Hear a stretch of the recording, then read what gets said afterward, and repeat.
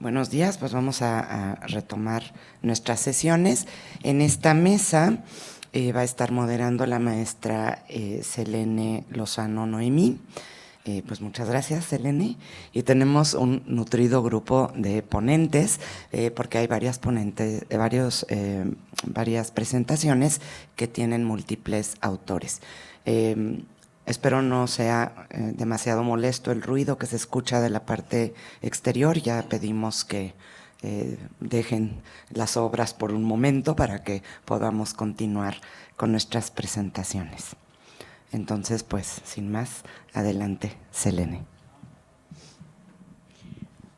Buenos días, bienvenidos a la mesa 6. El título de la mesa 6 es Arquitectura del siglo XX como objeto patrimonial y documental. Tendremos 3 ponencias. La primera a cargo de los doctores Mauricio González, Javier Bonilla y Juan Carlos Villagómez, de la Facultad de Arquitectura y Urbanismo de la Universidad Central del Ecuador. Van a presentar la ponencia titulada El Archivo Histórico de Arquitectura y Urbanismo de la Universidad Central de Ecuador y la construcción de la memoria espacial moderna del Ecuador. Muy bien, adelante. Buenos días. Buenos días.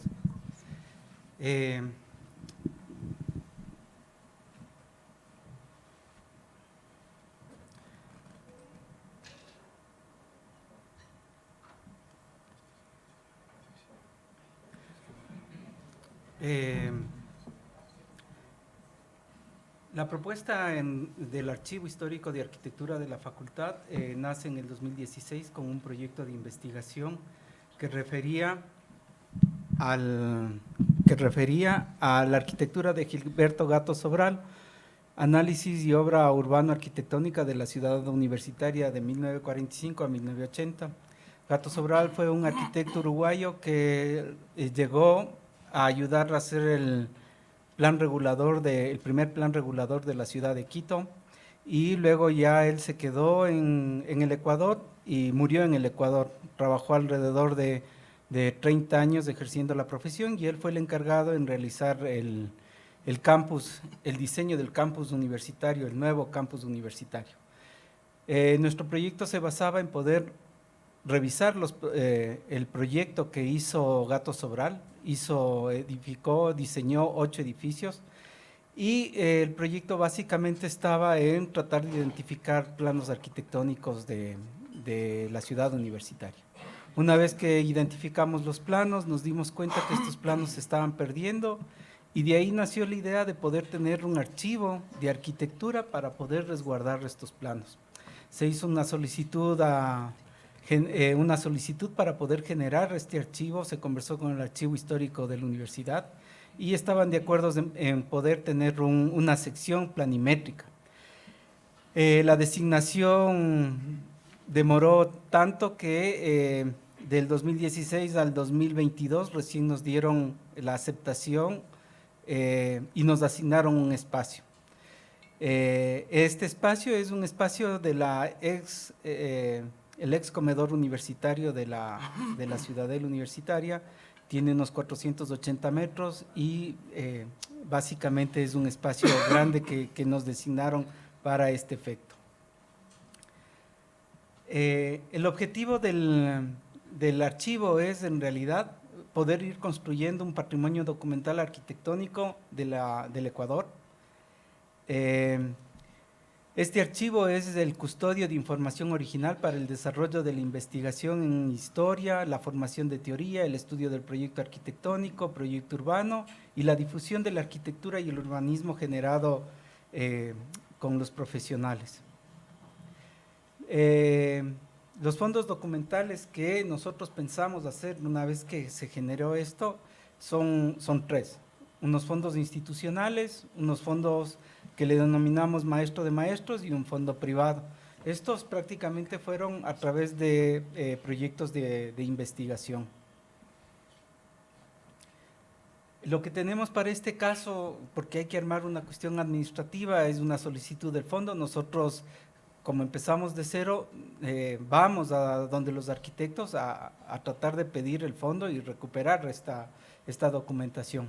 hay una solicitud, ya una vez trabajado, hay una solicitud para la información, hay una solicitud de servicio de consulta y un acta de confidencialidad sobre la información. Esto es básicamente para el grupo de estudiantes que nos colaboran, porque realmente si no fuera por ellos nos costaría mucho más tiempo poder tener esto. Y ya luego les explicamos cómo está. Este es el espacio que les conversé. Era un comedor universitario, nos dejaron estas mesas y sillas y nosotros estructuramos este espacio para poder generar justamente unos procesos de resguardo de los planos. Uno de las primeras donaciones que tuvimos fue una donación institucional que refería a la concentración deportiva de Pichincha, que es una concentración que es una entidad pública-privada que básicamente fue quien elaboró todo el sistema de edificios deportivos para la provincia. Entonces aquí están unos estudiantes, una planoteca que no habían abierto en un montón de años y nos llevamos todos los planos. Para esto tenemos una metodología en la que podemos ir, va del almacenamiento de los planos, del proceso de limpieza de planos, la elaboración de una ficha con información básica de los planos, la digitalización de planos, edición digital de imágenes, la organización del archivo planimétrico físico y el digital. Hay entrevistas a los autores cuando están vivos y un levantamiento fotográfico del edificio. Esta es una parte de los planos que llegaron, son los planos más antiguos que tenemos, en este caso se llama el proyecto Coliseo Julio César Hidalgo.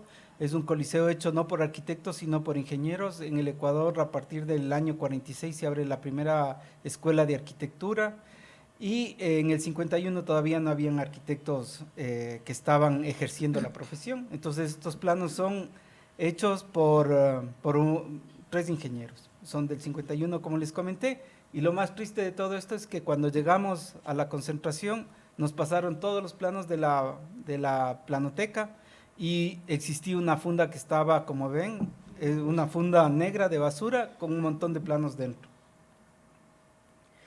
Lo que hicimos en ese caso fue darnos cuenta que básicamente teníamos estos planos ahí. Luego tuvimos reuniones con un fotógrafo que nos ayude a poder generar las imágenes de mejor manera.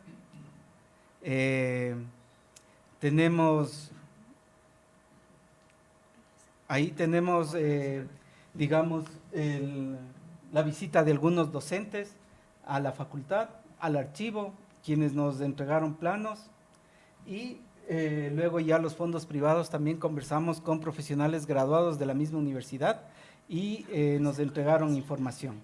Esta información en algunos casos sí fue, digamos, fueron prestos los profesionales por entregarnos y en el caso de lo que comentaban en la mesa anterior sobre las fotografías de familia, aquí básicamente no hemos tenido la misma suerte. Se encontraron fotografías pero no nos han entregado. Y esto no se podría hacer sin proyectos de vinculación y proyectos de prácticas preprofesionales. Tenemos 2 proyectos de vinculación que son Mapeando la Bauhaus desde el otro lado del mundo y la Concentración Deportiva de Pichincha.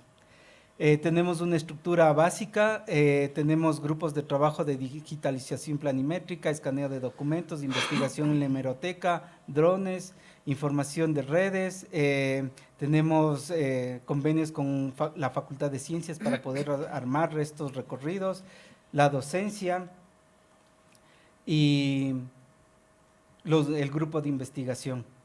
Tenemos ciertos resultados que hemos hecho a través de esto, que son exposiciones, publicaciones, conferencias hemos dado en relación a la información que estamos encontrando. Y tenemos información en redes porque nos interesa que los estudiantes cada vez se vayan involucrando más en este sentido. Entonces, aquí tenemos un equipo que se encarga de eso. La información vamos a colgar en la página de la universidad, en la zona de la planoteca y de la fototeca. Y estos son los resultados, cómo están los planos ya en el archivo. El equipo que tenemos, con el que trabajamos, lo que logramos hacer a través del lanzamiento de un reconocimiento con los ex docentes y la cantidad de fondos que tenemos ahora. Tenemos 4 fondos privados, 19 fondos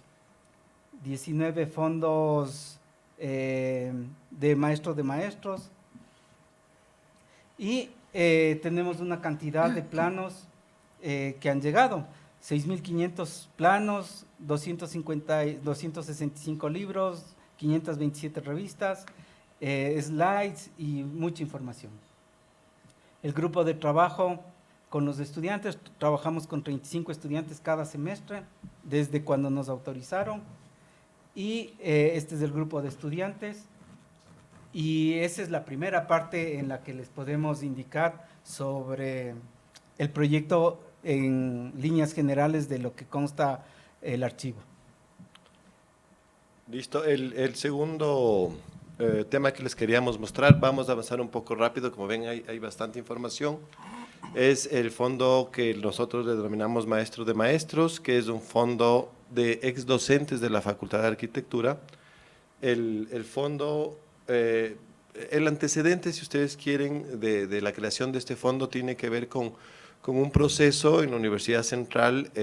Las plantas docentes se suelen renovar por periodos, entonces el periodo de renovación de planta docente último que se dio entre el año 2009 y 2016, y claro, lo que suele pasar en esos procesos es que los profesores se tienen que ir básicamente porque se tienen que jubilar, y como se jubilan, llegan profesores muy jóvenes a reemplazar a esos profesores antiguos. El problema se da que normalmente los procesos son abruptos, porque les obligan a jubilarse al cumplir una edad en el Ecuador, y muchas veces la información o las experiencias de estos profesores simplemente se pierde porque no hay adecuados procesos de transición. Entonces, nosotros que éramos parte de este grupo nuevo de profesores que entraba a la facultad, se nos ocurrió que sería bueno generar una especie de reconocimiento. Hicimos una propuesta de una exposición para que los ex docentes presenten o se conozca al menos quiénes eran nuestros maestros, los maestros de sus maestros, y sobre todo la idea era que los estudiantes sepan que siempre hay una línea, ¿no? Lastimosamente en esa época no tuvimos apertura por parte de las autoridades, la exposición no se llegó a dar.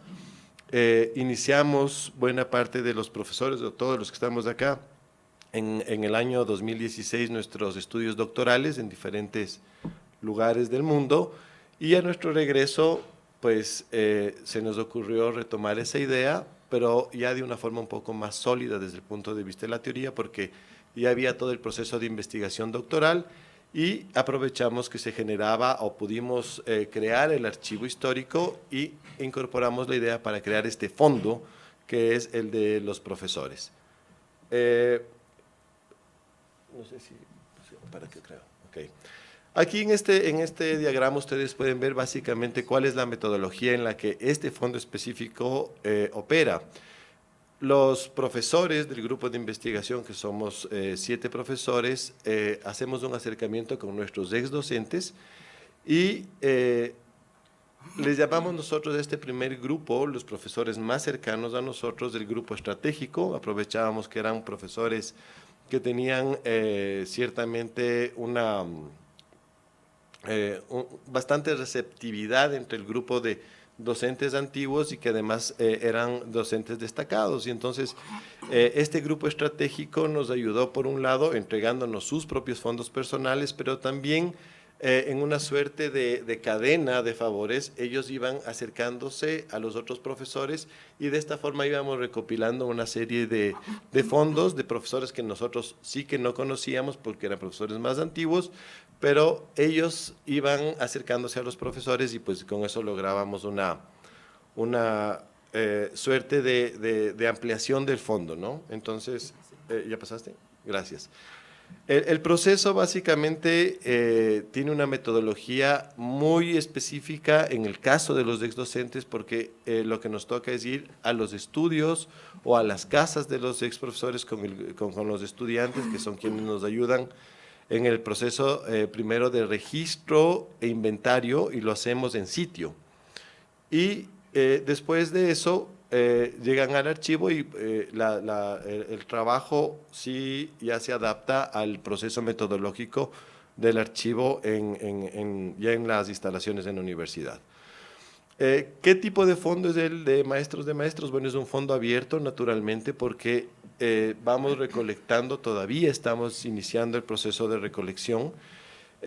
Tratamos de que se acomode a la normativa de archivos, en este caso el de la Ley de la Cultura del Ecuador y el Archivo Histórico del Ecuador, que son quienes están normando, y tenemos un sistema que se llama OMECA en la universidad, y que es un sistema electrónico en el que nosotros nos vamos ajustando como proceso. Sin embargo, estamos ahora tratando de que el archivo se ajuste a la ISATG, que es la normativa archivística internacional. Actualmente tenemos 5 subfondos y tenemos comprometidos 9 subfondos también para el futuro. Un poco los resultados del subfondo de Jaime Andrade Jaiman, que este está en construcción. Tenemos 3 proyectos que nos ha entregado Jaime, 180 planos y 3 materiales audiovisuales. En el caso de Mauricio Moreno Ventimilla, él nos entregó la totalidad ya de sus fondos. Este fue un trabajo bastante largo, de 47 proyectos, y fíjense el número de planos, del caso de César Camacho también. Y bueno, tenemos, estos son los fondos que nos han comprometido 9 exdocentes que estamos ya en proceso de entrega. Como resultados y hallazgos, bueno, hay un tema de representación gráfica que ha sido muy bueno, especialmente para los estudiantes, porque ellos conocen de antemano esto, ¿no? El dibujo a mano, que ya lo decíamos antes, es bastante interesante. Nuevas líneas de investigación, nuevos proyectos de investigación, ahí están 3 de los que hemos venido ya trabajando como parte del asunto, y un proyecto que va a terminar en una exposición, que es un proyecto de análisis crítico de la arquitectura moderna sobre la base del trabajo, del material que ya tenemos, ¿no? Se lo hace en la clase de Historia y Teoría de la Arquitectura. Se producen láminas para la exposición, una serie de maquetas. Esta exposición la vamos a hacer ya mismo, y bueno, pues aquí un resumen de todo lo que se ha logrado con ese fondo. Dentro de lo que es el Fondo Documental de Arquitectura Moderna Institucional, los antecedentes fueron el leitmotiv inicial del archivo, y más o menos se dio en 4 tiempos. En el 2012, con el inicio de enterarnos que existen estos planos en la institución, en la Universidad Central del Ecuador. El otro fue cuando ya estudiamos el doctorado y nos dimos cuenta que los archivos tienen una vital importancia para temas de investigación, historia y otras materias de la facultad. Y luego ya cuando creamos el archivo y se hacen los fondos institucionales. Tenemos a cargo nosotros que hemos logrado obtener el contacto de 3 fondos institucionales. El primero es de la Universidad Central del Ecuador, el otro de la Concentración Deportiva de Pichincha, y el otro sería el fondo de la Escuela Politécnica Nacional. La metodología que tenemos se hace a través de convenios, de reuniones y acercamiento a todas las autoridades. Luego se obtiene la información en cuestiones de entrega, en este caso de todo el material, y en otro caso a veces de préstamo. Luego se hace una búsqueda y mapeo de los hallazgos. El subfondo de la Universidad Central del Ecuador se encuentra dentro del Departamento de Planificación y Construcciones y Mantenimiento de la universidad, consta alrededor de 60 años, y se hace una idea de que en ese tiempo se han proyectado 35 proyectos, y actualmente tenemos alrededor de 500 planos. Dentro de los hallazgos se ha identificado que existen arquitectos importantes para el Ecuador, como Gilberto Gato Sobral, Eudoro Ordóñez, Mario Arias, Osvaldo Muñoz Mariño, Luis Oleas, Jorge Sandoval, José Cobo, Rubén Moreira, Mario Solís, César Camacho, entre otros. Luego tenemos el subfondo institucional de la Concentración Deportiva de Pichincha, que es un archivo sin acceso público y tiene fue nuestra primera información física que obtuvimos en el archivo, consta de alrededor de 50 años de recorrido institucional y alrededor de 2.825 planos. Dentro de este archivo hemos visto que existen arquitectos importantes como Agustín Patiño, Fabián Patiño Crespo, Juan Espinosa, Diego Banderas, Ramiro Padilla, entre otros.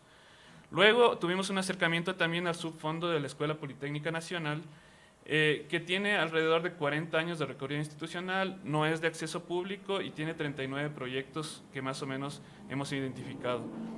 En este archivo se ha realizado la gestión del acceso a la información, todavía no la tenemos, la tenemos en una parte en cuestión digital. Se ha identificado arquitectos como Eduardo Gortay, Osvaldo de la Torre, Mario Arias, Wilson Erdoiza, entre otros.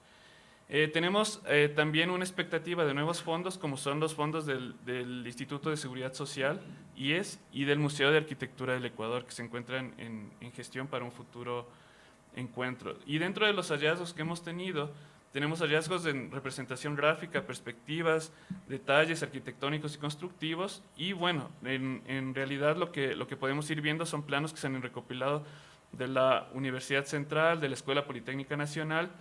Y un hallazgo importante que hicimos, una conferencia en un congreso, fue realmente con el tema de la concentración deportiva de Pichincha, que se encontraron los planos y tenemos una relación de estos arquitectos que hicieron un coliseo, que tuvo relación, que fueron alumnos de colaboración con Félix Candela, ¿no? Que es una cosa importante. Y bueno, eso es todo en cuanto al tema institucional. Vamos con las conclusiones. Bueno, yo creo que ya a nivel de conclusiones, lo que se puede decir, perdón, aquí está. Uno, obvio, es que hay que enriquecer el archivo histórico, el poder contar con esa información original, ayuda a que se pueda aportar al campo de la historia y la teoría de la arquitectura, tanto en la facultad como a nivel ya de la disciplina. La importancia de tener una información primaria que se puede volver insumo para investigaciones, eso es una cosa que siempre estuvo claro para nosotros. No solamente se trataba de poseer los archivos, sino saber qué hacer con ellos y como ustedes pudieron ver, hay temas de investigación que ya están en desarrollo y el tema de la posibilidad también de exponer ese trabajo al público.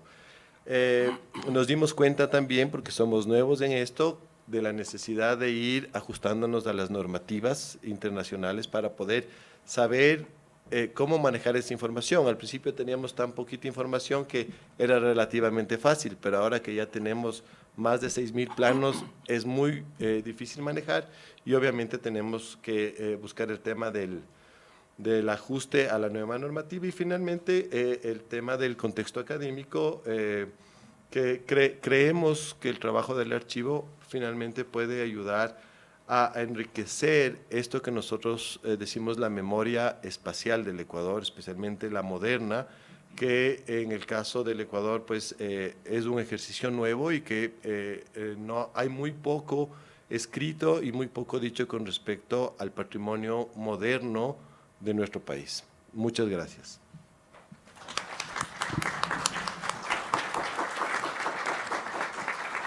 Muchas gracias, doctores, por tan interesante ponencia. Ahora vamos a continuar con la ponencia de la doctora María Isabel Orquera Jacón y el doctor Eric Santiago Camacho, junto con el maestro Patricio Marcelo Recalde Proaño. Ellos presentarán una ponencia titulada La Villa Encantada, el primer proyecto de vivienda social de la ciudad de Quito, 1934.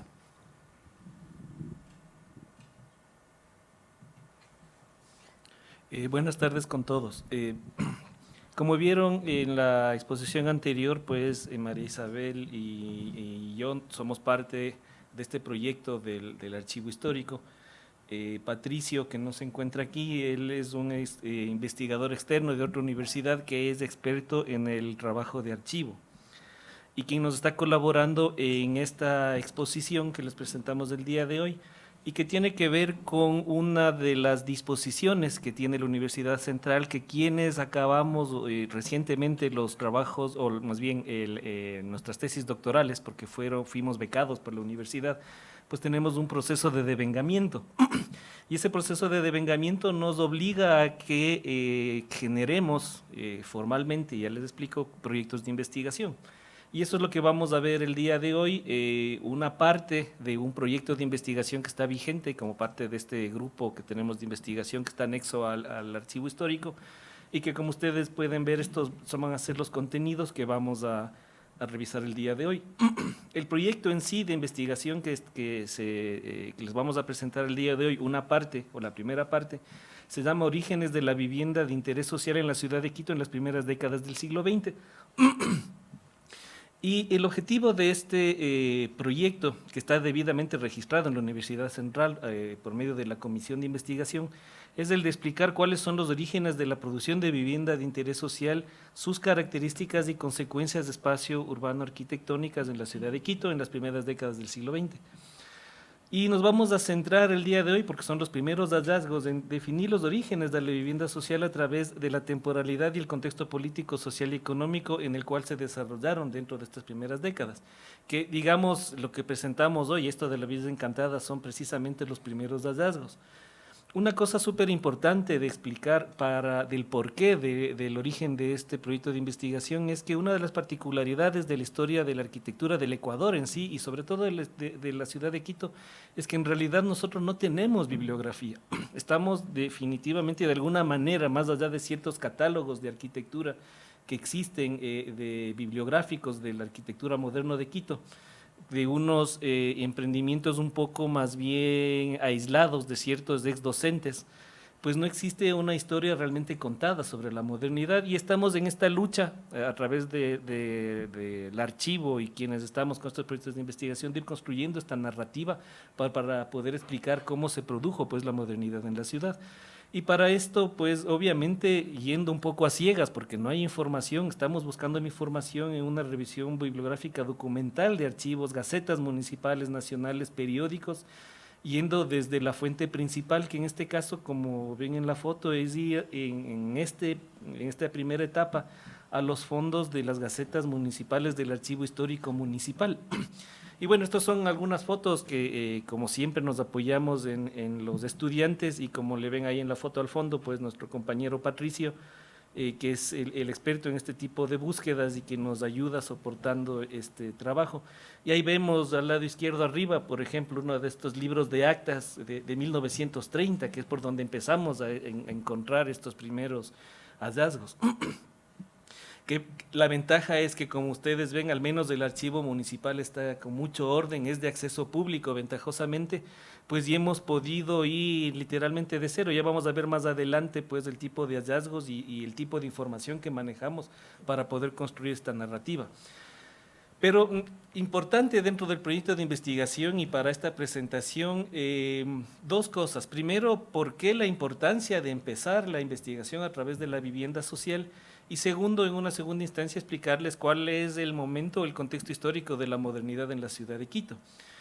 Creo que resulta obvio hablar sobre la importancia de la vivienda social siempre que fue una de las principales manifestaciones de la modernidad y obviamente de la arquitectura moderna, es decir, alrededor de la generación de nuevas viviendas, sobre todo en el siglo XX, y la necesidad que produjo el proceso de industrialización en las grandes urbes, sobre todo en Europa y en Estados Unidos, pues se generaron estos nuevos modelos de vivienda, de estas transformaciones territoriales que acusaba Frampton, que era para mejorar las condiciones de vida de los trabajadores de estas nuevas urbes industriales.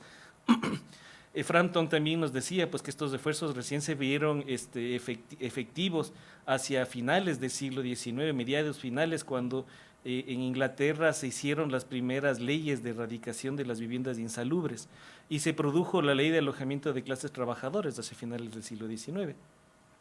Pero dentro de esta investigación también encontramos textos interesantísimos, como el que se va a mostrar más adelante de Federico Engels, en el cual ya se hacía inclusive un análisis hasta filosófico del problema de la vivienda en las urbes. Para ponernos en contexto de qué modernidad estábamos hablando, pues veníamos discutiendo que en realidad estas manifestaciones de la modernidad vienen desde hace mucho antes, pues podríamos acusar a ciertos textos que hablamos de esta tercera etapa que habla de la revolución industrial, en la que precisamente pues se hablan de las transformaciones territoriales y de cómo el crecimiento de las urbes industriales cambió la forma de entender la arquitectura, obviamente con la introducción de las nuevas tecnologías, sobre todo a través del acero y del hormigón. Y como dice Harvey y David Harvey, pues ubicándonos en lo que él llama en estos tres grandes manifestaciones de la modernidad ya materializada en las urbes, que tienen que ver con los cambios de los modos de producción, los cambios de la forma de la circulación, no solo de las personas, sino también de la comunicación, y obviamente y posiblemente lo más importante en la forma del consumo, que tiene que ver con este nuevo modelo del capital que se insertó en las sociedades y sobre todo en los espacios urbanos. Y también viéndola haciendo posiblemente una forma de entender las características básicas de la arquitectura moderna, no hablando de movimiento moderno en sí, sino como características de arquitectura moderna, estos 5 elementos que pueden ser compilatorios de todos los expertos en la bibliografía sobre este tema, que son el de la planta libre, la forma abierta, lo monumental, el cambio de las técnicas constructivas, y puesto en rojo lo que es fundamental para este estudio, que es el sistema de vivienda social, todas estas manifestaciones que se dieron alrededor de la construcción de la vivienda social. De esta manera, pues, les decía, nos pareció muy interesante encontrar este texto de Federico Engels, que fue reeditado en el 65, pero en realidad, pues, fue escrito en 1872 y acusaba ya el problema que generan las viviendas, el problema de la vivienda en las ciudades industrializadas, sobre todo en este caso en Alemania. Y también las descripciones sobre los principios de la arquitectura moderna que hace Christian Norbert Schulz, tomando en cuenta que la vivienda es el punto de partida del movimiento moderno y que puso patas arriba, decía, la jerarquía tradicional de los cometidos edificatorios. Bueno, y por supuesto estas nuevas formas de habitar daban estas nuevas manifestaciones ya de estas nuevas edificaciones que pretendían solucionar el problema de los obreros, sobre todo de las nuevas industrias, como eran los familisterios. Y tal vez una manifestación más interesante y que de alguna manera compilaba todo a nivel global, que era los congresos del CIAM, que entre otros pues hablaba obviamente que desde sus primeros postulados, cuando se juntaron en 1928, sobre el requisito de aumentar la producción de viviendas para reemplazar los métodos de una era artesanal, obviamente siempre en relación con esta manifestación industrial de las ciudades, ¿no? En segundo término, para concluir esta primera parte, darles un contexto de qué es lo que pasaba en la ciudad de Quito a inicios del siglo XX, que es cuando empieza a manifestarse los cambios de la modernidad, tomando en cuenta estos 3 puntos que decía Harvey. Lo que vemos en el mapa es en verde lo que sería el centro histórico del mapa, que no se había modificado. La ciudad de Quito no creció históricamente hasta 1814 más o menos, que es lo que está en la mancha del mapa, y lo que vemos en crecimiento, lo demás del mapa en otros colores, ya es de 1923. En el círculo rojo está el sitio donde se implantó la estación del ferrocarril, que fue el que causó el cambio de las formas de consumo de la ciudad de Quito. Se amplió el comercio y se conectó con la ciudad, y que dio paso al primer crecimiento urbano que está hacia el lado derecho, como ven en el círculo celeste, que es lo que se llama el barrio La Mariscal, con una característica importante, porque la ciudad de Quito nunca fue una ciudad industrial, sobre todo en sus inicios, y todo este nuevo barrio fue más bien para las clases pudientes. Y bueno, y otros temas creo que importantes, como ven hacia al lado izquierdo, una foto del tranvía que funcionó entre 1910 y 14, que llevaba justo a las clases pudientes hacia el norte, y otros hallazgos de arquitectura que vale la pena mencionar, que recién hacia 1939 se produjo el primer edificio de hormigón armado, es decir, de una manera un poco tardía.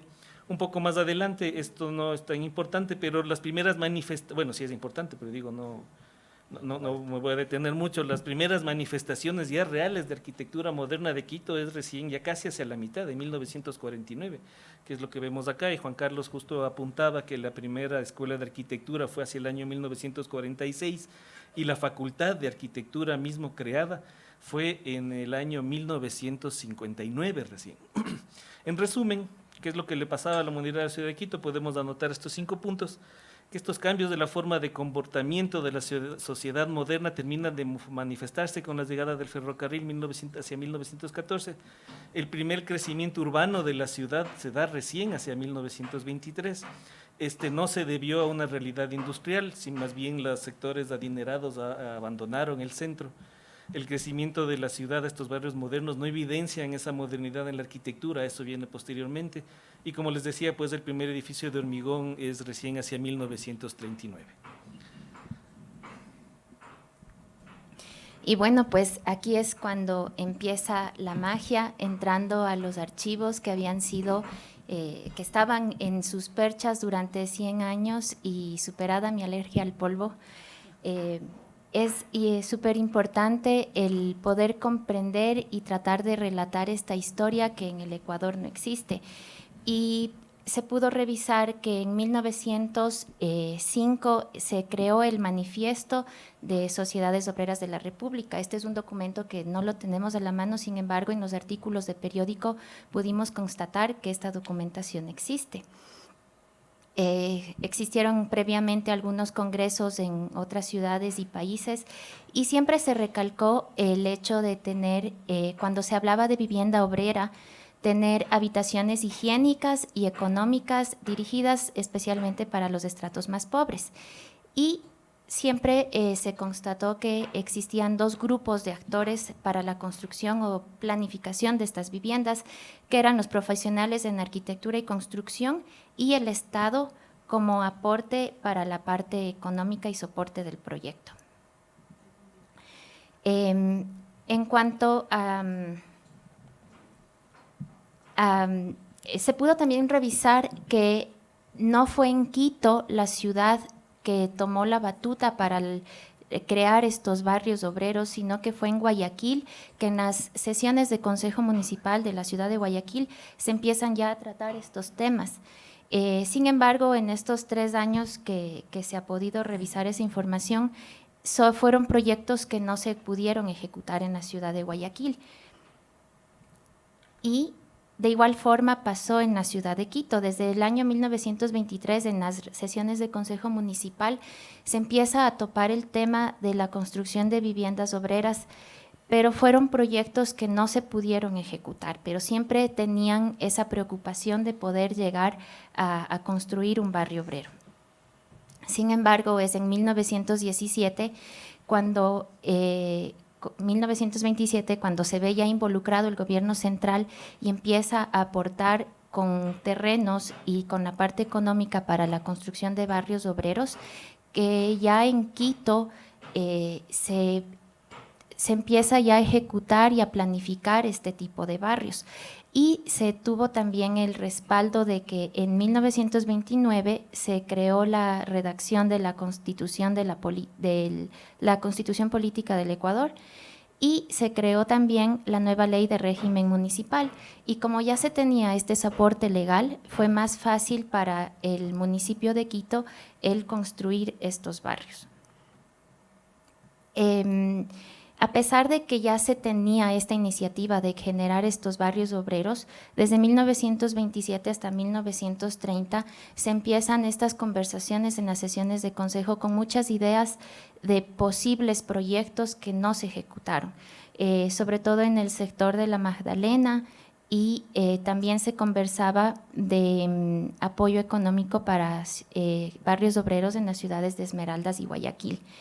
Pero es en 1933 cuando el presidente del Consejo, Jacinto Gijón y Camaño, que ya da la orden de la creación de estos barrios obreros. Y en el momento en que se empiezan a discutir estos temas, pues es importante resaltar que la conclusión de una de las sesiones fue que para el municipio era más económico construir casas baratas, casas para obreros, que tener centros para mantener a los tuberculosos. Y dentro de estas sesiones del Consejo, pues se puede ver que la Unión de Peluqueros Simón Bolívar felicita al Consejo por hacer casas baratas, la Asociación de Pro Velasco de la zona del Panecillo felicita al municipio también eran un grupo de albañiles y prestan su mano de obra para la construcción de tal forma para que les reduzcan el costo de estas viviendas. Se generaron también los requisitos para que las casas que se estaban construyendo sean destinadas como a forma de arriendo y pasados los 15 años puedan ya tener su título de propiedad. Y algo que rescato mucho de uno de los hallazgos que tuvimos es que en el momento que hacen el listado de los requisitos, mencionan que las casas deben estar dirigidas exclusivamente para obreros y obreras. Es un documento de 1934, pero ya se toma a la mujer como la obrera que también necesita, era un referente, que puede también ser dueña una mujer de una de estas viviendas. Y básicamente, pues después de varios sorteos y de procesos fallidos, después de más de 200 listas que pudimos ver de postulantes, se construyeron 61 casas, cuyos beneficiarios fueron zapateros, chauffeur, agricultores, carpinteros, electricistas, sastres, costureros, saloneros, peluqueros, motoristas, comerciantes mecánicos y tipógrafos. Y aquí es cuando nos queda la duda, ¿esta gente es obrera o es artesana? Este es el proyecto de la Villa Encantada. Lo que está en color gris es el estado actual de la ciudad de Quito y el borde o el polígono segmentado es un plano de la ciudad de Quito para 1931 y el círculo en amarillo es la ubicación del proyecto de la Villa Encantada. Con ayuda de estudiantes, pues pudimos hacer un levantamiento del estado de la construcción de las 61 casas para 1934. Actualmente, de las revisiones y recorridos de campo, hemos podido constatar que tan solo 18 de las casas se mantienen, al menos en sus fachadas. Interiormente, pues no hemos podido revisarlas a todas. Esta es una fotografía encontrada en de 1934, en donde se ve la calle principal que junta las manzanas del proyecto de la Villa Encantada. Todo el proyecto fue construido básicamente con mampostería de ladrillo y piedra losa. Hemos podido identificar dos tipos de viviendas.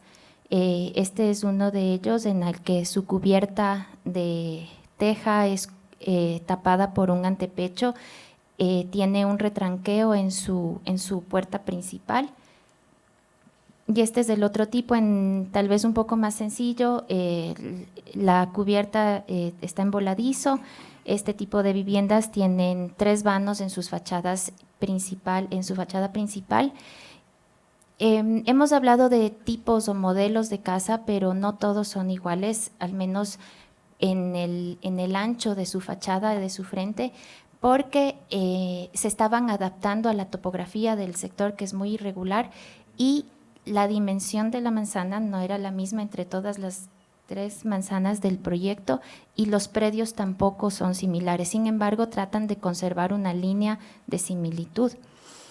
Y dentro de este tipo de viviendas, pues pudimos identificar estas 2 variantes. La imagen superior le hemos llamado la casa modelo A. Son casas pequeñas, conservan los 3 vanos y a diferencia de la casa modelo B, que conserva los 3 vanos, pero la puerta está hacia un lado, a un costado, que sirve, la casa de arriba está desarrollada en una sola planta y la de abajo tiene un acceso a un subsuelo. Es por eso la diferenciación. Y nos comentaron, no pudimos entrar a este subsuelo, pero nos mencionaban que antiguamente lo usaban más como una cava, pero entendemos que es más para el soporte y superar el cambio topográfico de altura de la vivienda. Dentro del proyecto del archivo que conversaron mis compañeros anteriormente, también se está haciendo el estudio particular con ayuda de estudiantes del proyecto de la Villa Encantada. Se realizó la maqueta y un estudio de la distribución funcionalidad del proyecto. Bueno, para terminar, les decíamos que esto es parte del proyecto de investigación de la vivienda social y esto es lo que de momento hemos ya identificado. Son los siguientes proyectos que estamos buscando una precisión. Y ese fue el hallazgo, este fue el primer proyecto de vivienda social y fue realizado por el municipio. Los que ustedes ven aquí en pantalla, que llegan hasta el año 60, son hechos por el Instituto de Seguridad Social, porque el único que hizo el municipio fue la Villa Encantada. Todos los demás, porque ya se formó la caja del seguro. Vamos más de 9 meses intentando entrar al archivo, creo que estamos a punto de lograrlo, pero al menos dentro de la narrativa ya lo tenemos identificado.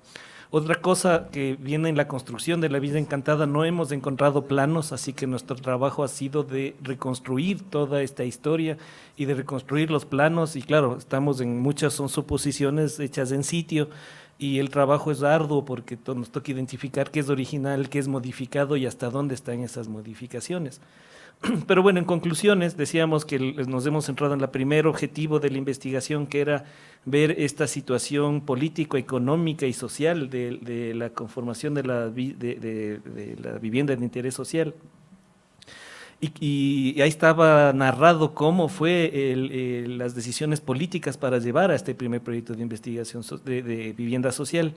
Hemos hecho, como ustedes ven, un perfil de los usuarios, que nos queda claro que más allá de ser obreros eran artesanos, y siempre ratificando esta hipótesis que nació hace algún tiempo de que la ciudad de Quito no es una ciudad industrial y su crecimiento tampoco partió de ese momento. Y creo que lo último, que es ir construyendo también en lo tipológico, cómo fueron estas viviendas, porque veíamos estos familisterios de estas viviendas en masa, y claro, pues el perfil social y el perfil político de nuestra realidad nos daba que más bien de hacer un conjunto en masa eran básicamente unas villas, y por eso se llama villa, unas casas, si bien son muy pequeñas, pero en predios independientes y casas independientes que posiblemente eso también dio paso a que no se mantengan en el tiempo y que cada propietario a lo largo del tiempo vayan haciendo las modificaciones. Pero bueno, en eso estamos. Vamos a ver qué encontramos más adelante en el archivo del IES y bueno, muchas gracias. Pasar al final.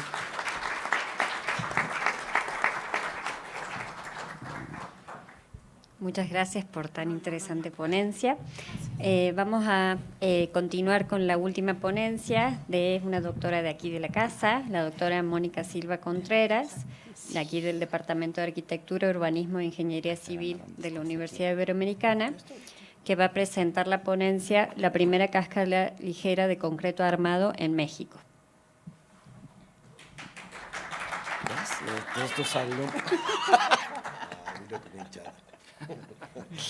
¿Prefieres desde aquí? Sí, desde aquí. Yo no sé hablar sentada.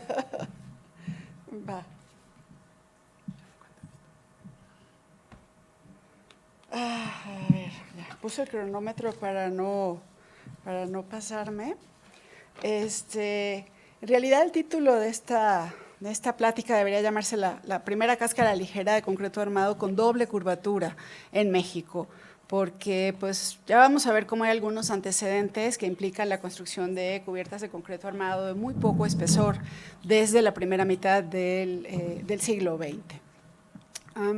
La propuesta de trabajo para abordar el tema de esta primera cáscara de doble curvatura es tratar justamente de contextualizarla para poder entender su importancia. Sabemos de algún modo que socialmente es una pieza importante, esta pequeña cáscara construida como escenario del Teatro al Aire Libre Ángela Peralta en Polanco, que fue realizada entre 1938 y 1939, y que pues la contextualización es la que nos ayuda a entender, pues más allá de su importancia social, su importancia técnica. Entonces, claro, esta es una propuesta de valorización desde la historia de la construcción, que es el ámbito en el cual yo trabajo. La contextualización se ha hecho a través de 4 momentos contextuales o 4 aspectos contextuales. El primero tiene que ver con el tema de la construcción de cáscaras delgadas de concreto armado en Alemania y de ahí su difusión hacia los Estados Unidos, porque es así como va a llegar a México el proyecto y la contratación de esta estructura. Otra segunda parte importante es la difusión de estos cáscaras de concreto armado al resto de Latinoamérica, porque va a implicar un cambio en cuanto a la forma de colado y de construcción de las estructuras. Otro momento importante o otro aspecto importante de ese contexto tiene que ver con el contexto técnico de México, en donde desde 1902 había el desarrollo de la construcción en concreto armado, fundamentalmente a través del sistema patentado por François Hennebique en París, y que va a implicar entonces toda la formación, no solamente de la tradición del concreto armado en México, sino de una mano de obra capaz de tejer armaduras, de preparar moldes, encofrados, andamios, etcétera, para la construcción en concreto armado. Esa tradición de la mano de obra resulta fundamental para el desarrollo de este tipo de estructuras. Y finalmente, un aspecto que por supuesto también contribuye mucho a la valoración de esta cáscara en particular, el contexto funcional de este tipo de estructuras, fundamentalmente los teatros al aire libre y su difusión a partir de los años 20. Pues para tratar de resumir, hay cosas que son ya pues bastante conocidas en el ámbito internacional, como son los logros fundamentalmente en Alemania y su difusión a los Estados Unidos, aunque hay prolegómenos antes de lo que se ha difundido acerca de la construcción de estas cáscaras delgadas de concreto armado. En esta pieza, por ejemplo, este hangar para hidroaviones en Tallinn, en Estonia, que se construye por parte de la firma danesa Christian Nielsen entre 1916 y 1917. Y como, por ejemplo, en 1919 se construye este hangar con base a bóvedas de arista por parte de Eugène Freycinet, que revive, de hecho, un proyecto que ya había hecho en 1913. Los dos casos son bóvedas de doble curvatura, alcanzan distancias, la primera de 36.40 metros y la segunda de 45 metros. Son claros importantes los que se logran con estas piezas. El de Estonia sigue existiendo, es hoy en día Museo del Mar. El de la derecha no existe, fue volado en bombardeos durante la Segunda Guerra Mundial. Pero la que es admitida como la primera de estas bóvedas de doble curvatura en concreto armado es la construcción o la decisión que toma la empresa de óptica de Carl Zeiss por construir un planetario para el Deutsche Museum en Múnich, usando el sistema que había comenzado a investigar el ingeniero Franz Diesinger. Él trabajaba para la empresa Dickerhoff y Wittmann, que era una empresa establecida desde finales del siglo XIX, que comercializaba cemento, que construía en concreto armado, y desde ahí entonces se toma la decisión en el año 22, se hace incluso un primer prototipo, que es el que se ve del lado izquierdo para ustedes, del lado izquierdo de sus pantallas, un prototipo en la propia azotea de la fábrica de Carl Zeiss, hasta que finalmente del lado derecho pues está la construcción en sí del planetario, que ocurre hasta 1925 al 26. En todo caso, pues muy rápidamente ocurre el proceso de diseño, de propuestas, de crecimiento de los claros de este tipo de cubiertas de doble curvatura, hasta alcanzar, por ejemplo, piezas tan importantes como los 68.5 metros del mercado de Leipzig, en el cual pues vemos no solamente una pieza de gran tamaño, sino cómo había llegado a prosperar la construcción con base a las armaduras en diagonal de las estructuras, con un encofrado que funcionaba básicamente para que no pasara hasta el otro lado el concreto proyectado, con lo que hoy en día pues llamaríamos concreto gunitado o que era un invento ya desde los Estados Unidos. De 1907 a 1912 ocurre el invento de este concreto proyectado, llega a Alemania entre 1920 y 1922, 1922, y se utiliza para la construcción de estas bóvedas. De hecho, en el prototipo, del lado izquierdo, en la parte de abajo, se logra ver cómo la capa de concreto es tan ligera que se sigue leyendo la armadura poliédrica de la esfera que se construye, o la media esfera que se construye. Incluso obras muy posteriores, para quienes estudiamos como libro de texto básico, el viejo libro de Siegfried Gideon, aparecía exaltado tremendamente este pabellón de la industria del cemento, que de hecho pues fue colado o fue fabricado pues con concreto gunitado, con el método pues seguido por Dyckerhoff y Wittmann. Es una pieza muy posterior, pero a mí se me hace bien notable el hecho de que pues, las investigaciones más recientes nos lleven a 10 años más, a más de 10 años antes, a la construcción de bóvedas de doble curvatura. En todo caso, pasan estas bóvedas a los Estados Unidos mediante el trabajo de Anton Tedesco. Anton Tedesco era un ingeniero austríaco que trabajaba en la empresa en Dyckerhoff y Wittmann y que logra, mediante su compatriota Hans Kalinka, luego en los Estados Unidos conocido como John Kalinka, logra entonces irse a Chicago para promover la utilización de estas bóvedas en los Estados Unidos.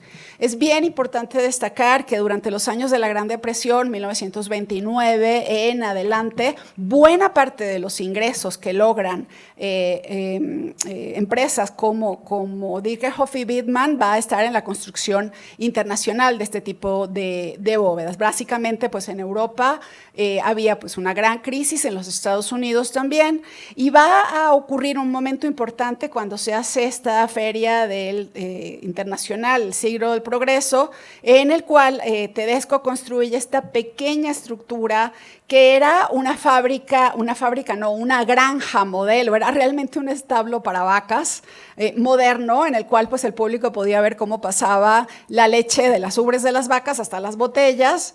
Pero eso lo veía el público general. Los ingenieros en los Estados Unidos lo que vieron fueron las bóvedas pequeñitas de 4,5 metros cada una. 5 bóvedas de 4,5 metros fue lo que logró convencer de algún modo Anton Tedesco a sus clientes para construir esas estructuras. Luego se hicieron otras piezas, se construyó de hecho al año siguiente otra que tenía 8 bóvedas, otra de estas granjas modelo. Realmente la pieza importante que le va a seguir, estas son bóvedas de cañón, no son piezas de doble curvatura. La pieza importante que nos corresponde ver en esta ponencia es esta que está acá, que es el antiguo planetario Hayden en Nueva York. Hoy en día no existe, ha sido sustituido por una pieza más reciente, esta fue demolida, que la construyen entonces esos contratistas para los cuales va a trabajar Anton Tedesco, que eran Schaeffer y Roberts. Era una compañía también de ingeniería que tenía muchos años trabajando ya desde Chicago y que pues construye esta estructura pues ya así un poco mayor.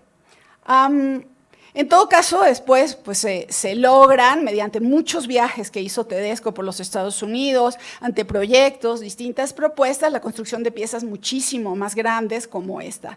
Este Hershey Arena fue durante muchísimo tiempo la bóveda de concreto armado ligera o delgada más grande que se construyó en los Estados Unidos.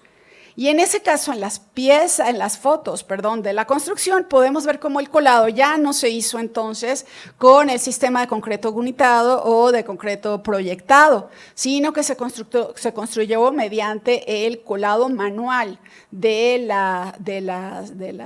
cemento.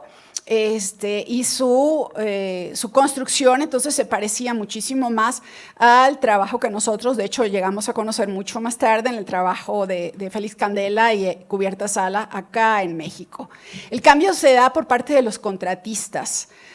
Para un par de años más adelante, el propio presidente de Roberts y Schaffert hace el recuento pues, de estas cáscaras delgadas de concreto armado en los Estados Unidos y comenta cómo había varios contratistas que trabajaban para ellos. Cada contratista tenía su método predilecto para trabajar, pero la mayor parte de ellos proponían la idea de ir haciendo colados por capa, comenzando con yeso, que pues endurece muy rápidamente, y luego cubrir las varillas, el tejido de las varillas, para finalmente hacer una capa final de revestimiento. De modo tal que tardaban alrededor de 7 días en el proceso de colado y fraguado de cada una de estas estructuras.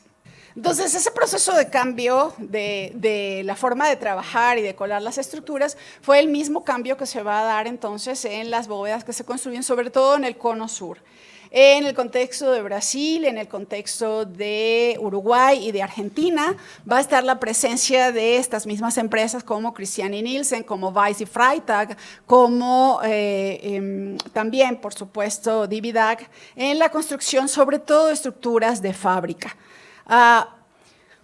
Aquí vemos pues el colado de una estructura en Buenos Aires, del lado izquierdo, por ahí cerca de 1930. Esta es una empresa que tiene una industria muy grande que tuvo varias etapas. Creo que la primera es todavía de los años 20, pero ahí vemos un proceso de colado como el que acabamos de ver. También es una bóveda de curvatura simple. No es doble curvatura, es enorme, eso sí, esta fábrica se coló cualquier cantidad de metros cuadrados de bóveda en esta pieza. Y vemos también, por ejemplo, en el caso de Uruguay, hasta 1929, esta iglesia parroquial de Santa Teresita de Juanico. En esta iglesia podemos ver del lado derecho, yo no sé si la resolución lo permite, no sé si se puede ver acá, que aparece el letrero Dividag. Efectivamente, en el cono sur, las construcciones van a ser hechas por la propia Dividag, por la propia Diekerhoff y Wittmann, puesto que ya las empresas alemanas estaban en ese contexto establecidas desde comienzos del siglo, por lo menos desde la segunda década del siglo XX. El otro contexto importante entonces es el teatro al aire libre. Básicamente en los Estados Unidos, hacia los años 20, comienzan a difundirse estas formas de presenciar conciertos, obras de teatro, y en las cuales se construyen este tipo de pequeñas estructuras para escenario con referencia a la arquitectura clasicista, a la arquitectura greco-romana, dándole entonces el carácter del teatro clásico. Solo hasta que Franz Dickinger construye pues esta ciudad balnearia de Schwalbach, esta bocina, vamos a llamarla así, de doble curvatura, nos vamos a encontrar la primera cubierta delgada de hormigón armado construida como escenario para un teatro. Me ha sido bien difícil conseguir la información exactamente de cuándo fue construida. Los papers de Dickinger no son muy claros en ese sentido. En todo caso, la estructura en Polanco ha sido comparada con algunas otras, como por ejemplo la del Hollywood Bowl en 1926 y 1928. Se parecen en la forma, más no en la técnica constructiva. La primera fue hecha de cartón yeso, la segunda es plywood. Son pues piezas que fueron efímeras, duraron muy poquito tiempo. En 2 años ya tenían que volverlas a construir. Se le ha comparado también, por ejemplo, con este en Boston, este Hatch Memorial Shell, que pues fue construido de hecho después que la cáscara de Polanco en 1939 al 40. Los calculistas son los mismos, son Roberts y Schaeffer, es el mismo licenciatario de las bóvedas de Dividag. Ahí está la bóveda. Y en el caso mexicano, el primero de estos teatros al aire libre, construido por el ingeniero Carlos Noriega, por parte de la Dirección de Antropología, es pues una pieza que de hecho lo único que tenía como escenario era simplemente aprovechar la pendiente del terreno, no estaba cubierto. En el caso de la Condesa se prevé desde muy temprano la construcción de un teatro al aire libre, tampoco está cubierto, tenía unas grandes columnas, unas altas columnas de concreto armado, pero no una cubierta en sí. Del mismo modo que en el Teatro al Aire Libre del Centro Social y Deportivo Venustiano Carranza, en la colonia Balbuena, tampoco está cubierta el escenario del teatro. Entonces nos vamos a encontrar que en el caso mexicano, desde muy temprano con la construcción del sistema ENVIC, sí va a haber, pues como les comentaba, el desarrollo de esta posibilidad de cubiertas curvas, como por ejemplo la que aparece del lado derecho abajo, que está en obra en el piso que se añade al Ayuntamiento de la Ciudad de México para el Centenario de la Independencia, y en el cual se puede apreciar lo delgado de la pieza. Sin embargo, pues los claros de la pieza son pequeños y otra vez encontramos una cubierta de curvatura simple.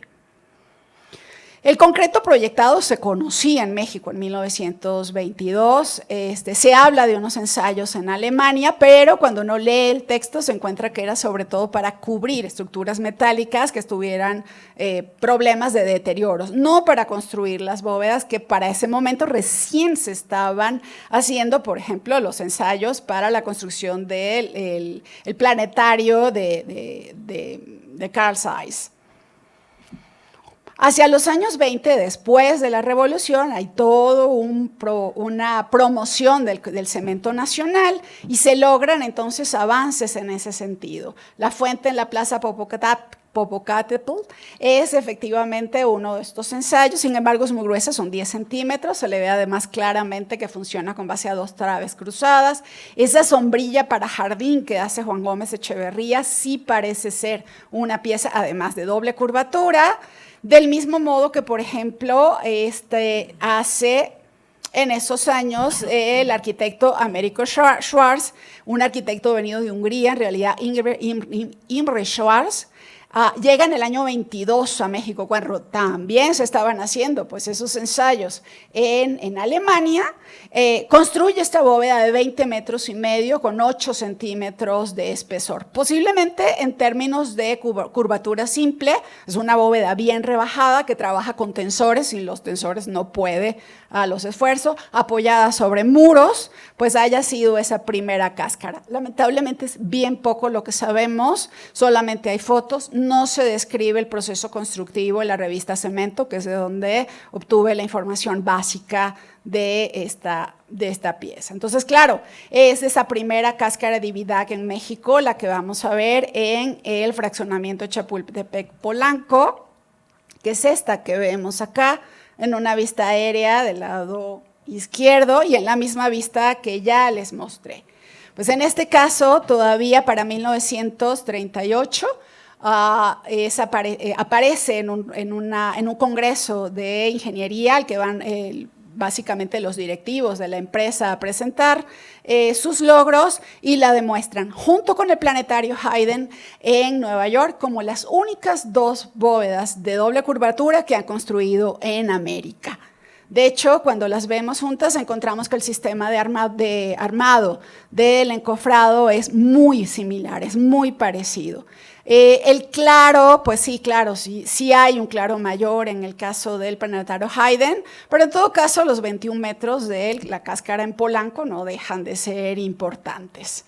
Básicamente es construida por la empresa Fomento y Urbanización, Sociedad Anónima, que pues es la que contrata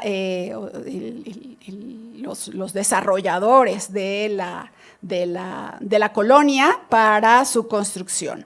Esta empresa, Fomento y Urbanización S.A., tenía muchísima experiencia en Monterrey, había trabajado en estructuras de concreto armado, pero nunca con una cáscara. Me atrevo a especular que posiblemente estuvieran pensando en la posibilidad de explotar estas cáscaras, estas posibilidades de la construcción de estas bóvedas en México. Eso lo estaban haciendo 10 años antes de que Félix Candela hiciera su primer ensayo de una bóveda. Si eso hubiera sido así, la historia en México de los cascarones delgados de concreto armado hubiera sido completamente otra. En todo caso, pues eso no ocurrió. Y en buena medida, pues por el hecho de que la construcción de una cáscara como esta es un proceso poco práctico. Son estructuras no desarrollables, son formas, mejor dicho, no desarrollables, con lo cual el molde no puede reutilizarse, se tiene que armar una sola vez y se pierde.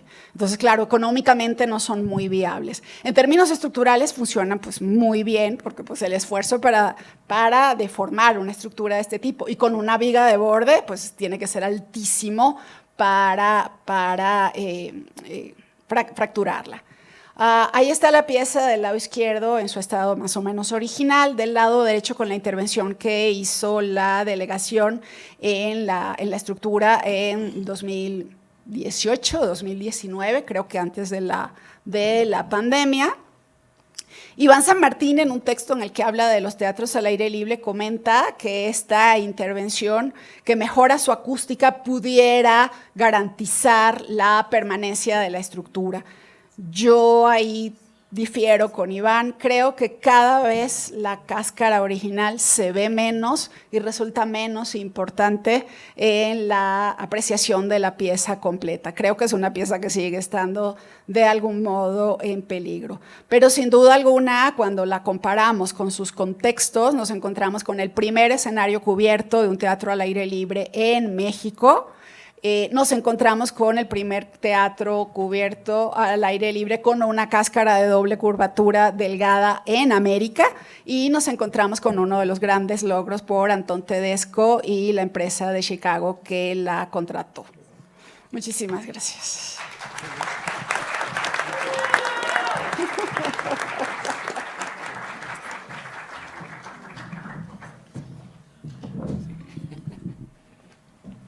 Muy bien, muchísimas gracias, Mónica, por tu presentación. Y ahora damos un espacio, quizás un poco acotado, para 2 o 3 preguntas que tengan para hacerle a los ponentes.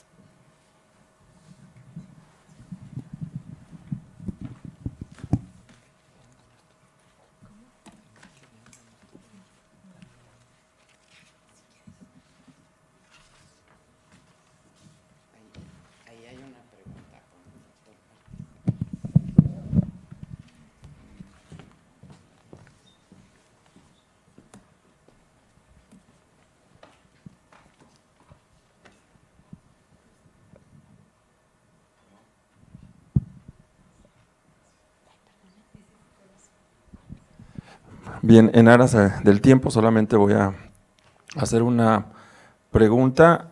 Todas las 3 ponencias verdaderamente muy interesantes. La última me abre la perspectiva sobre que no todo es candela, y justamente las investigaciones han formado un canon, ¿no? Un canon en el que es solamente español que vino y todos los antecedentes formidables que nos ha presentado. Muy bien.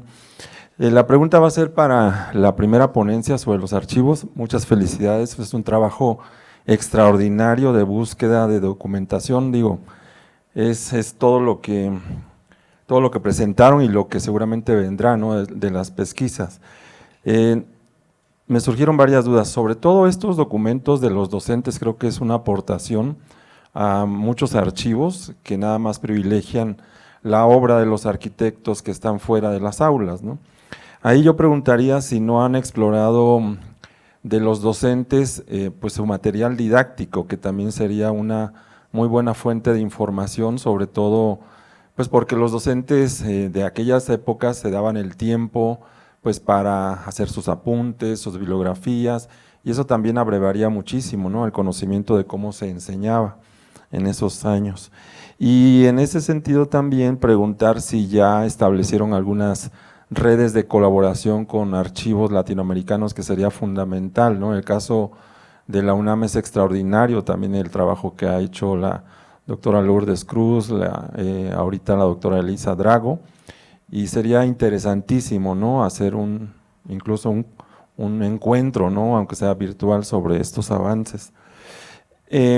Yo tuve la oportunidad de estar en 2013, como lo platicábamos, no en Quito, pero sí en Cuenca, y me llamó mucho la atención. No sé si es parte del campus de la Central de Ecuador, o es otro campus, o no sé ahí, porque Puntualmente ahí me enseñaron algunas obras de Gato del Sobral, pero también de un arquitecto muy interesante, Álvaro Malo, que también tiene un trabajo muy interesante, que no sé si esté también en sus pesquisas a futuro, ¿no?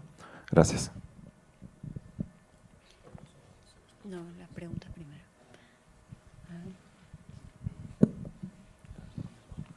Gracias. Bueno, yo creo que con el trabajo de los dos equipos de Ecuador nos hemos enfrentado a un problema quizá inédito para quienes solemos visitar los archivos o trabajamos a partir de una documentación bibliográfica previa, y es que resulta que no solo no hay bibliografía suficiente, sino que tampoco había archivos. Y es un poco como cuando a mí me preguntan, bueno, ¿y por qué escribiste el libro? Respondo, pues porque no existía, ¿no? Y esto es un poco igual, ¿no? Es decir, pensar cómo todo tiene su origen y los archivos tienen un origen también, ¿no? Y creo que es muy interesante estar asistiendo en este mismo momento al nacimiento de un archivo, ¿no? Y de documentación como esta de la Villa Encantada, que me tendrán que decir por qué se llama Villa Encantada, ¿no? ¿De dónde viene ese nombre? Y en el caso del trabajo de Mónica me ha parecido muy interesante porque es también una historia por hacer. Hay una historia de la técnica arquitectónica, pero no hay una historia de la tectónica, ¿no? Que es la cualidad arquitectónica que se desprende de la utilización de ciertas técnicas constructivas. Entonces, nos cuentan cómo se hace una bóveda de este tipo, pero no la cualidad arquitectónica que se desprende de la utilización de cubiertas de este tipo. Entonces, yo creo que, Mónica, también, felicidades, me uno a tus estudiantes, y creo que también ha sido un trabajo muy interesante, ¿no? Gracias. Muy bien, si quieren pasamos a las respuestas a partir de esas preguntas. Listo, muchas gracias. Bueno, efectivamente hay que, creo que un poco vale la pena empezar por el hecho de que a pesar de que el trabajo o las intenciones nuestras aparecieron por allá en el año 2015, 2016, en realidad como el archivo de arquitectura comenzó a funcionar hace un año.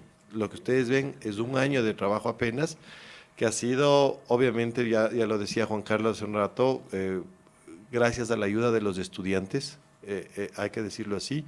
Tenemos cada semestre un grupo de 35 estudiantes involucrados con muchísimas ganas, les encanta el trabajo en el archivo, y entonces efectivamente vamos juntando con respecto al tema de los exdocentes.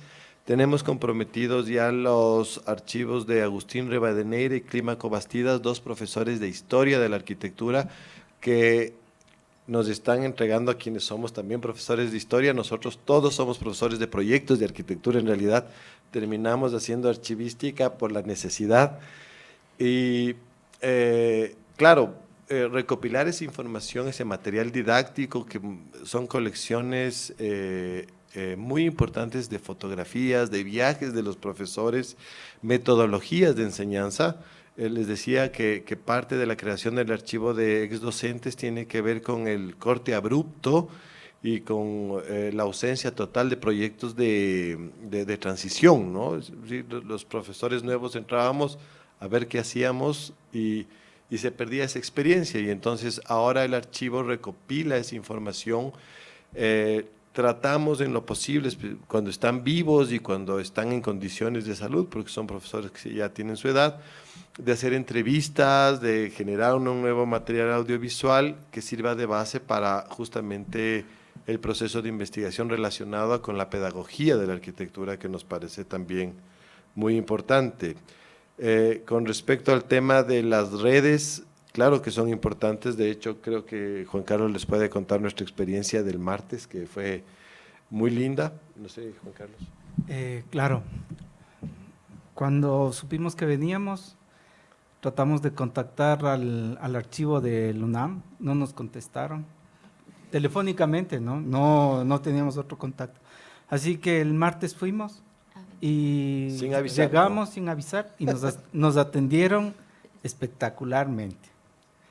Nos hicieron el recorrido de las instalaciones, nos mostraron los planos que tenían, la forma de archivar, o sea, realmente muy bien. El tiempo que se dieron, pasamos como unas 2 horas y media ahí. Y claro, se hizo el contacto y quedamos en poder tener una relación, si hay que firmar un convenio específico para esto, desde luego que sí. En relación a digamos, a lo que Gato Sobral hizo en Cuenca, él fue el diseñador del plan regulador de Cuenca en el 47. Entonces tiene algunas cosas ahí que hay un archivo en Cuenca específico para esto. En relación a la información de los ex docentes, tuvimos una experiencia, una anécdota rapidita que les voy a contar. Nos dicen que sí, que están dispuestos a entregarnos el archivo, pero ellos quieren darnos lo que ellos consideran que pueden entregar. A lo que contestamos que no, que todo lo que tienen, nos entreguen. Si tienen esquemas, si tienen escritos, lo que tengan, que nosotros, en función de lo que estamos haciendo, podríamos clasificar y que no consideren basura, porque ya nos dimos cuenta del hallazgo que encontramos en la basura, que es, digamos, la anécdota que aquí nos contaron en el UNAM del archivo de Candela, que fue lo mismo, que prácticamente nos dijeron, tenemos aquí la basura de Candela, porque Candela ya mandó a botar los planos que tenían ahí. Entonces, algo parecido nos pasa. Eso creo que en relación a lo que nos preguntaron, ya sobre la Villa Encantada. Pues sobre la Villa Encantada en realidad nos parecía un nombre muy interesante y creíamos que iba a tener un encanto y su explicación directa, pero lo único que pudimos encontrar hasta el momento es que el municipio tenía terrenos en el sector de la Villa Encantada. No sabemos por qué se llama así, en algunas partes, o sea, se llama el sector de la Villa Encantada. Tal vez se alude este nombre al hecho de que es una zona límite de quebrada de un río y para esa época no había más edificaciones y no llegaba el límite de la ciudad hasta ese borde. Actualmente ya todo eso está construido. Quisiéramos y tenemos la esperanza de que en algún momento vamos a poder comprender el por qué se llama la Villa Encantada y asimismo espero el próximo foro poder darles esa explicación, pero estamos seguros de que hay una explicación más profunda del por qué se llama la Villa Encantada. Creíamos que fue un nombre que el municipio le puso porque en realidad lo que están edificados no son grandes edificios, sino solo villas. Pero no tenemos documentos que evidencien y den la explicación del porqué de ese nombre. Y bueno, solo para acotar lo que tú decías, Manolo, que digamos, en eso nos encontramos construyendo algo que en realidad no hay. Para nosotros sería muchísimo más fácil acudir a bibliografía que nos ayude a encontrar este tipo de historias y de explicaciones, y en realidad, como tú dices, estamos construyendo de cero, y eso es lo que mostramos, es decir, nos estamos sumergiendo en archivos municipales, como les decía, ahora intentamos entrar a los del Seguro Social, que siendo públicos sería mucho más fácil si es que nos dan acceso, pero estamos por cuestiones políticas que nos remiten al director, del subdirector, del prosecretario, bueno, ni sé cuántas personas, y parece que ya vamos a entrar, bueno, ya parece desde hace 9 meses y nada. Pero vamos a construir eso, es decir, leyendo de acta en acta, yendo de año en año y encontrando estas explicaciones para encontrar una narrativa que en realidad no existe, ¿no?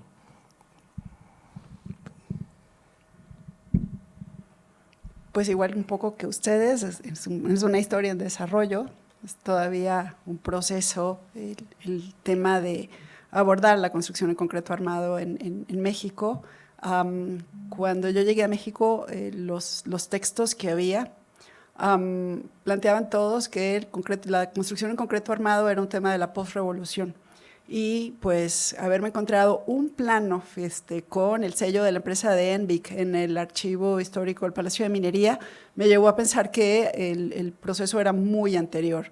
A consultar el archivo en París me llevó a descubrir que no solamente era un proceso anterior, era que había más de 100 obras y proyectos construidos en México nomás durante la primera etapa, la primera década del siglo XX en concreto armado.